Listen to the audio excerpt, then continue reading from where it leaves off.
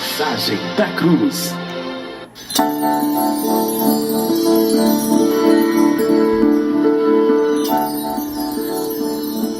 Meu querido, eu quero trazer uma palavra de Deus para você, para sua casa, para toda a sua família. Uma palavra para você que está aí na escuta do nosso programa agora, a Mensagem da Cruz. Como nós temos feito aqui todas as manhãs, de segunda a sexta-feira, sempre trazendo a palavra de Deus, trazendo uma palavra do Senhor para a sua vida, para a sua família, para a sua casa. E gostaria de estar lendo um versículo da palavra de Deus em João, capítulo de número 2, e eu espero que você esteja sendo edificado aí pela palavra de Deus. A Bíblia diz, no Evangelho segundo escreveu João, capítulo de número 2, que ao terceiro dia fizeram ali fizeram-se umas bodas em Canaã, e estava ali a mãe de Jesus, e foi também convidado Jesus e os seus discípulos para as bodas. E o texto diz que, faltando vinho, a mãe de Jesus lhe disse, não tem vinho, E disse-lhe Jesus, mulher, o que tenho eu contigo? Ainda não é chegada a minha hora. Sua mãe disse aos serventes, fazei tudo quanto ele vos disser. E estava ali postas 6 talhas de pedra para as purificações dos judeus, e em cada uma cabia 2 ou 3 almudes. Disse-lhe Jesus, enchei de água essas talhas, e encheram-nas até em cima, e disse-lhes, tirai agora, e levai ao mestre-sala. E levaram. E logo que o mestre-sala provou a água, feita vinho, não sabendo de onde viera, se bem que o sabiam os serventes que tinham tirado a água, chamou o mestre-sala ao esposo e disse-lhe, todo homem põe primeiro o vinho bom, e quando já tem bebido bem, então o inferior, mas tu guardastes agora, até agora, o bom vinho. Jesus principiou assim os seus sinais em Caná da Galileia e manifestou a sua glória, e os seus discípulos creram nele. Amém? Então, só até aqui para nossa reflexão, nós estamos aqui diante de um sinal do Senhor Jesus, e vale a pena lembrar que esse sinal foi registrado pelo evangelista João. João era um discípulo amado, um apóstolo amado, que reclinava a cabeça sobre o ombro de Jesus. Havia uma intimidade tão grande entre eles, uma proximidade entre os discípulos, e ele era aquele que era considerado um dos mais íntimos, chamado de o discípulo amado. E esse João, transformado pelo poder de Deus, era um homem, trabalhava no ramo da pesca, era alguém que era um pescador, e se tornou um pescador de almas, um ganhador de almas, alguém um tanto impetuoso, aquela pessoa a quem Jesus deu até o título de Boanerges, pois eram considerados filhos do trovão. Ele tinha um outro irmão chamado Tiago, e não eram fáceis esses meninos, De sorte que João, ao escrever o seu evangelho, ele tem um comportamento diferente dos demais discípulos, dos demais evangelhos, pois ele não quis assim escrever um evangelho concentrado na ideia de falar só sobre os milagres de Jesus. Ele se concentra em trazer mais as palavras, os últimos ensinos, os sermões marcantes, a vida de Jesus. Ele escreve numa época em que os agnósticos o gnosticismo estava muito crescente, tentando combater o evangelho, tentando combater a veracidade de Jesus Cristo. Os agnósticos, eles diziam que Jesus não era filho de Deus, que Jesus havia recebido o Espírito Santo numa certa idade, ali no batismo, que ali veio o Espírito Santo sobre ele. Ali é que Jesus se tornou o Cristo, mas deixou de ser depois na cruz, quando ele disse, na tua mão entrego os meus espíritos, devolvendo o Espírito. Então, os agnósticos tinham umas ideias bem complicadas de se entender, tentando combater o evangelho, tentando dizer que Jesus não era 100% homem, 100% Deus. É aí que João começa escrevendo o seu evangelho, e ao escrever o seu evangelho ele vai provando a cada capítulo que Jesus é o Filho de Deus. Então por isso ele não se concentra em falar de milagres. Ele traz 7 sinais que está distribuído em todo o seu livro.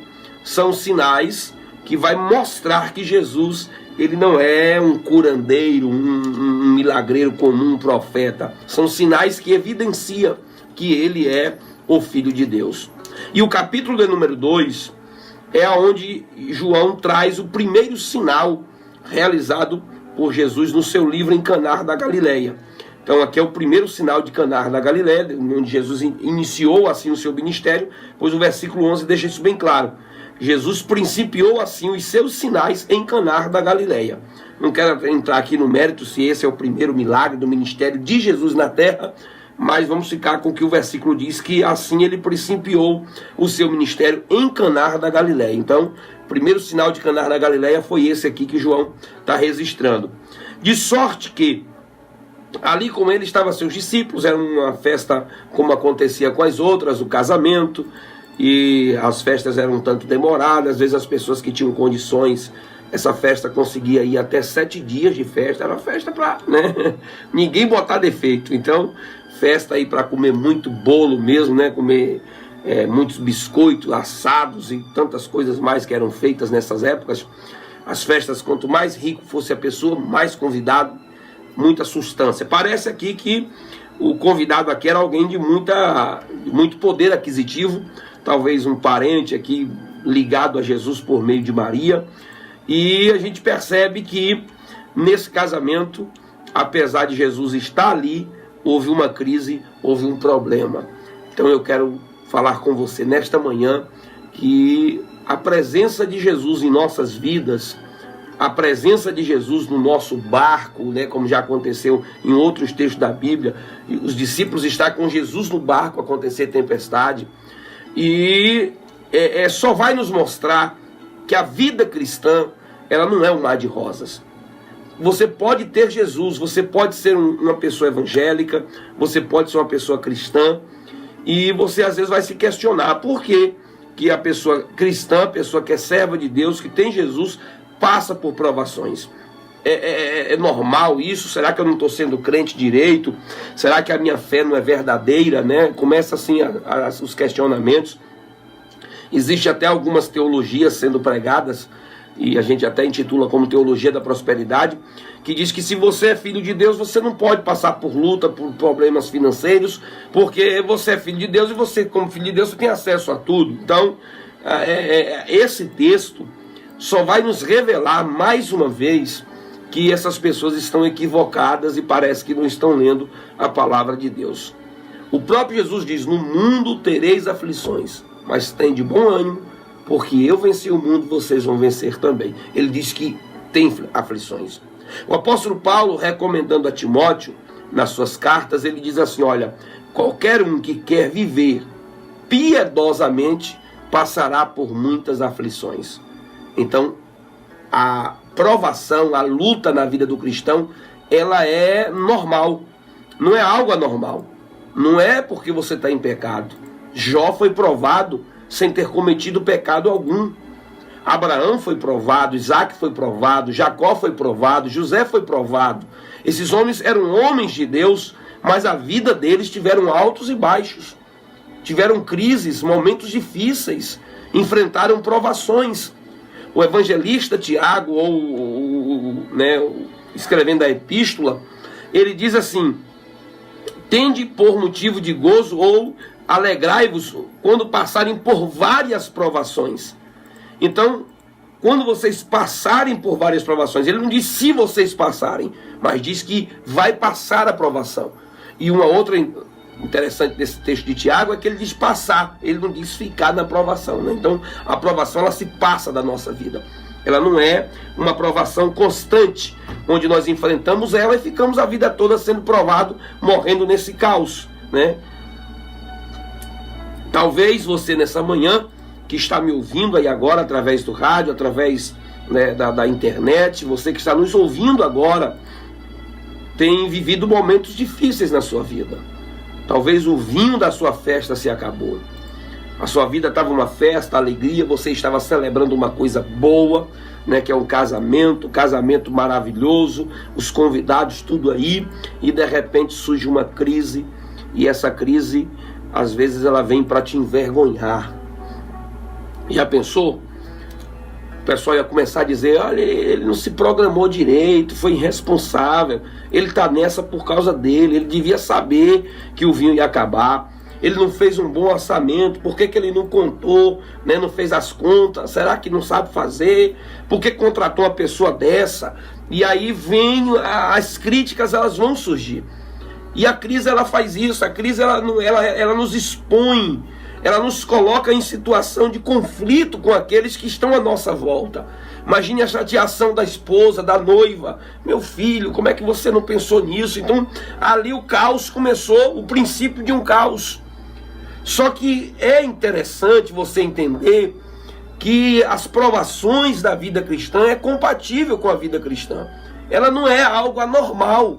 Mesmo você tendo Deus, mesmo você tendo Cristo, mesmo Jesus estando na sua vida, é possível você passar por prova. E talvez eu estou falando com você agora que está aí do outro lado, eu não lhe conheço. Eu não sei nem o seu nome, não sei onde é que você mora, não sei nem como você está me ouvindo agora. Se você está me ouvindo do som do seu carro, se você está me ouvindo pelo Facebook, se você está me ouvindo na sua casa, se você está me ouvindo no seu trabalho. Só sei dizer, querido, que talvez nesta manhã você está precisando desta palavra. Não pense que você está desviado. Não pense que Jesus não está com você. Jesus está na sua vida. Jesus está na sua casa. Está próximo a você. Agora você precisa levar os seus problemas a Jesus. Não se preocupe em falar com quem pode resolver. Às vezes, nesse momento de crise, as pessoas íntimas, e parece que Maria, que era uma pessoa íntima, né, da família, teve acesso a saber que estava começando a gerar uma coisa diferente. Não sei se você já esteve em alguma festa e aí de repente você percebe algum clima, correria, alguém tentando resolver um problema, apareceu alguma dificuldade, e aí você começa, né, você é atento, você é íntimo da família, você está curioso, você vai lá e diz, gente, o que está acontecendo? E as pessoas dizem, rapaz, aconteceu um probleminha aqui, mas é isso assim, a pessoa te conta e diz, não, calma, eu tenho uma solução para você. E aí ela vai até a pessoa de Jesus. Então esse é o diferencial. Quando as crises, quando os problemas sobrevêm sobre a sua vida, você tem a quem recorrer. Quando você tem Jesus, você tem a quem recorrer. Quando você tem Jesus, você tem a quem buscar. Quando você tem Jesus, você tem para quem você vai buscar ajuda. E este é o diferencial de quem tem e quem não tem Jesus. Quando você tem Jesus na sua vida, no seu casamento, na sua família, ele está inserido, né, dentro do seu círculo de amizade, ele faz parte do seu dia a dia. Jesus estava ali porque fazia parte, foi convidado a um casamento, ele estava neste casamento, e quando ele está na sua vida, você tem a quem recorrer.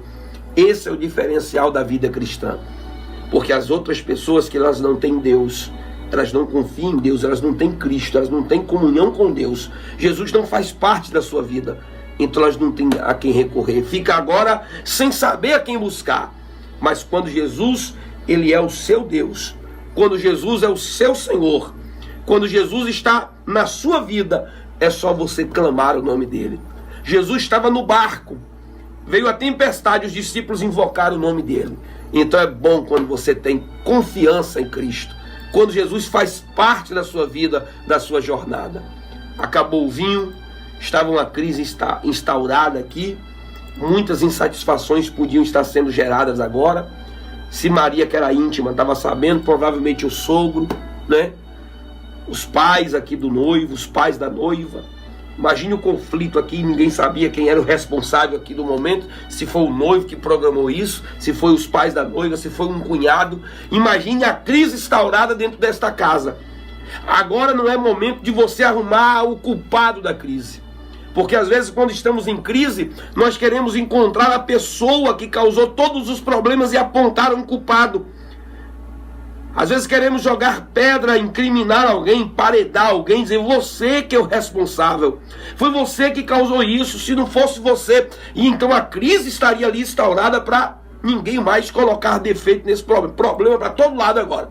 É a sogra, é o sogro, é o cunhado, é o amigo, é o garçom, é o mestre-sala. Gente de todo jeito aqui poderia estar sendo comprometida com um problema que se causou. É assim ou não é na vida cristã? É assim ou não é na vida normal? Ou você não é ser humano, né? Culpados, precisa aparecer um culpado. E de repente, quando aparece o culpado, você fica com a satisfação de que culpou alguém, mas passou pelo vexame. Responsabilizou alguém, mas aquele problema não foi retirado. E aí Jesus entra em cena quando Maria lhe procura. Ele diz aqui para ela que a hora dele ainda não havia chegado, mas a Maria é de uma inteligência maravilhosa. Essa serva de Deus aqui, ela diz assim, olha, ela olhou para os serventes e disse assim, ó, faça tudo que ele mandar vocês fazerem. Que sabedoria. Alguém pensa aqui que foi uma resposta, né, por dizer, mulher, o que tenho eu contigo? Ainda não é chegada a minha hora. E aí alguns acham que Maria olhou para os serventes e disse, olha, faça tudo o que ele mandar. Ele tem solução. É o meu filho e eu sei o poder que está sobre a sua vida, porque ela tinha convicções no Deus que havia dito para ela que quem ia sair do seu ventre era o Salvador. Maria, ela não pode nos salvar. Maria, ela não pode oferecer para nós a dádiva da salvação. É uma dádiva dada a Cristo. O apóstolo disse para Timóteo, o apóstolo Paulo disse para Timóteo, que só há um mediador entre Deus e os homens, Jesus Cristo. Também não acredito nesta ideia da intercessão por parte dela, apesar de aqui no texto ela está intercedendo, pois estava em vida, ela estava viva, Jesus estava vivo, e humanamente falando, aqui na terra. Após a morte, ela foi depositada em um lugar e está aos céus com Deus, mas falta a Maria, e não quero aqui desmerecer a crença de ninguém, mas falta a capacidade de um dom que é dado só a Deus, que é só Deus que tem esse dom, é um atributo, né? A expressão aqui saiu um pouco fora, mas a expressão correta é um atributo da divindade, é onisciência, onipresença e onipotência. São atributos da divindade. Só Deus tem esses atributos. Deus é onipotente, Deus é onisciente e Deus é onipresente. O que significa essas palavrinhas? Deus pode estar em todo lugar, Deus tem todo o poder e Deus sabe todas as coisas. Então, se um ser humano não tem esses atributos, ele não pode responder à humanidade. Alguém aqui no Brasil vai pedir algo. Alguém lá no Japão, do outro lado do mundo, vai pedir algo também nesse exato momento. Alguém orando, intercedendo. E só Deus é para ter a capacidade de ouvir cada um de nós, ao mesmo tempo, saber cada um dos nossos desejos. Então é tudo quanto Ele disser. É Ele que está no comando. Então, se nessa manhã você pode orar diretamente a Jesus, ore, busque a Ele. E quando Jesus está, Ele restaura. Quando Jesus está onde Ele está, Ele tem solução para os nossos problemas. E às vezes a solução que Jesus tem pode até, para você que tem experiência, achar que não é uma saída. Gente, cadê as talhas? Tem talhas aí? Tem. Não era pequena. Era uma quantidade enorme de água que se colocava em cada talha daquela. Enchei para mim, separai aí 6 talhas de água. Rapaz, está faltando vinho, o cara está mandando a gente pegar água. Imagine aí os questionamentos. E de repente Jesus está ali aguardando. Vão lá, enche as talhas. Às vezes a solução que Jesus tem para a sua vida, a solução que Ele tem para a sua família, a solução que Ele tem para a sua história, para o seu casamento, você diz, olha, não tem lógica, o que estão mandando eu fazer, talvez eu acho que Jesus já, rapaz, procurei advogado, juiz, eu já procurei aí promotores, Já procurei gente influente. Isso aí não tem jeito não, né? Fazendeiro, meu patrão, amigo, gente, meu querido, eu estou lhe dizendo que Jesus, ele tem a solução. E quando ele tem a solução, o método que ele vai usar para alcançar o objetivo que ele tem na sua vida, para realizar os desejos do seu coração, para te tirar desta crise que você se envolveu, para te tirar desse constrangimento que você está passando em sua própria festa da vida. Talvez o método de Deus não vai ser conforme você acha que é. Você vai dizer, não tem lógica, como é que eu encher talhas de água vai solucionar o problema de alguém? A nossa crise aqui é o vinho. Como é que ele traz, né, água? Aí foram lá, encheram, e Jesus disse, agora mostre para o mestre de sala, mostre agora para quem tem experiência, se o que eu estou fazendo é autêntico. Oh, coisa maravilhosa, né? Coisa maravilhosa. Temos o caso de uma irmã aqui na nossa cidade de Eunápolis, que ela fez um exame, marcou a cirurgia, e tinha que retirar ali algo, né? E quando ela chegou lá no médico, o médico foi fazer o check-up antes da cirurgia, constatar para não haver uma abertura desnecessária, né? Tem que, essas conferências que eles fizeram. Ele disse, rapaz, eu estou com dúvida, quero fazer aqui um ultrassom aqui. E aí foi lá e diagnosticou. Disse, rapaz, não tem nada. Como não tem? Os exames mostram, o documento mostra. Mas aqui a minha experiência, o que eu estou vendo, vamos ter que fazer mais exames para provar isso aqui. E não tem coisa melhor quando o mestre sala prova e diz é verdadeiro, né? Os médicos dizem, eu não estou entendendo, mas eu disse que tinha um problema, e agora eu mesmo estou dizendo que não tem um problema, né? O mesmo que disse, faltou vinho, agora diz, esse vinho é da melhor qualidade. Esse vinho é o melhor possível, melhor do que os que já foram servidos.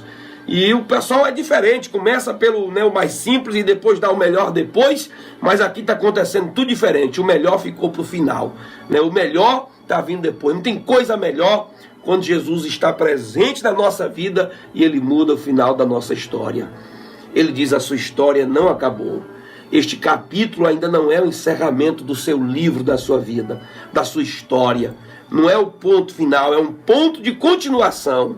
Jesus pode mudar toda a sua vida. Ele pode transformar seu casamento. Ele pode mudar a sua alegria, o seu júbilo. Tirar essa tristeza do seu olhar. Tirar essa tristeza dos seus olhos.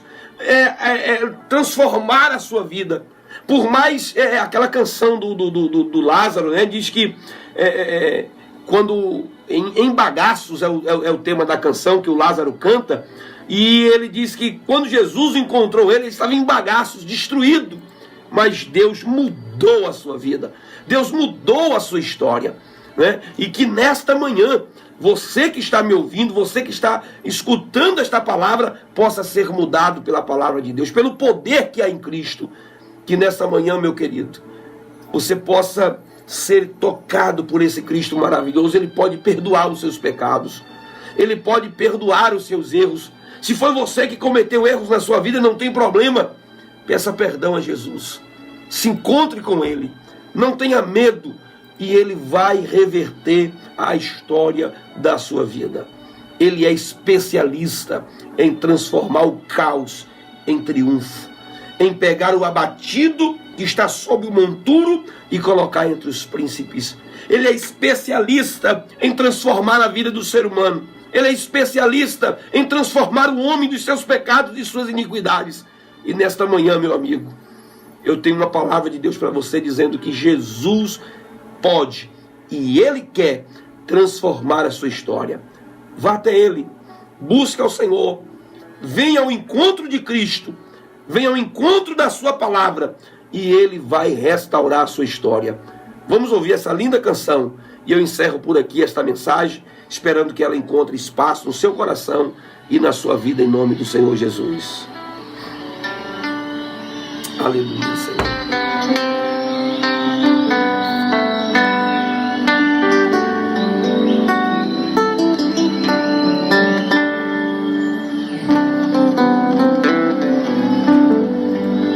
O inimigo quase me roubou de Deus. falsas vitórias, falsas glórias,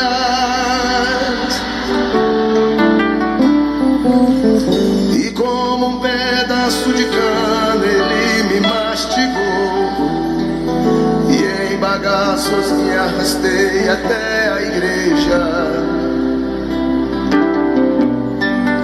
onde encontrei Jesus. Canta comigo.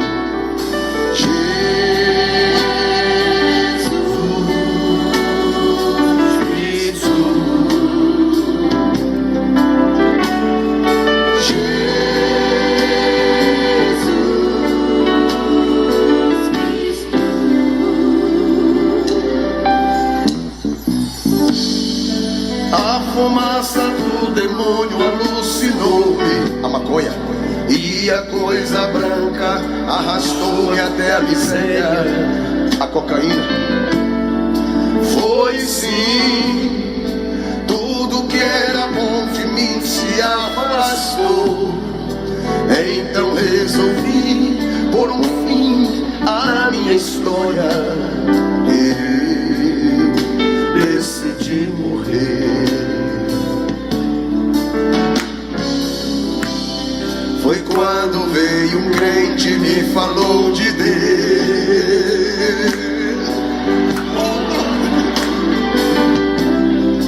de um amigo que resolveria os meus problemas.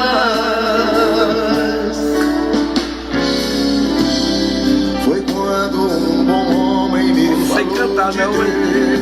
é bom louvar o Senhor. Meu Deus, meu Deus, foi sim de um amigo que resolveria os meus dilemas. Ele me falou de Jesus. Esse nome maravilhoso pode mudar essa história, mudar a sua vida. Eu com Cristo, Jesus Cristo, e em bagaços o inimigo me deixou.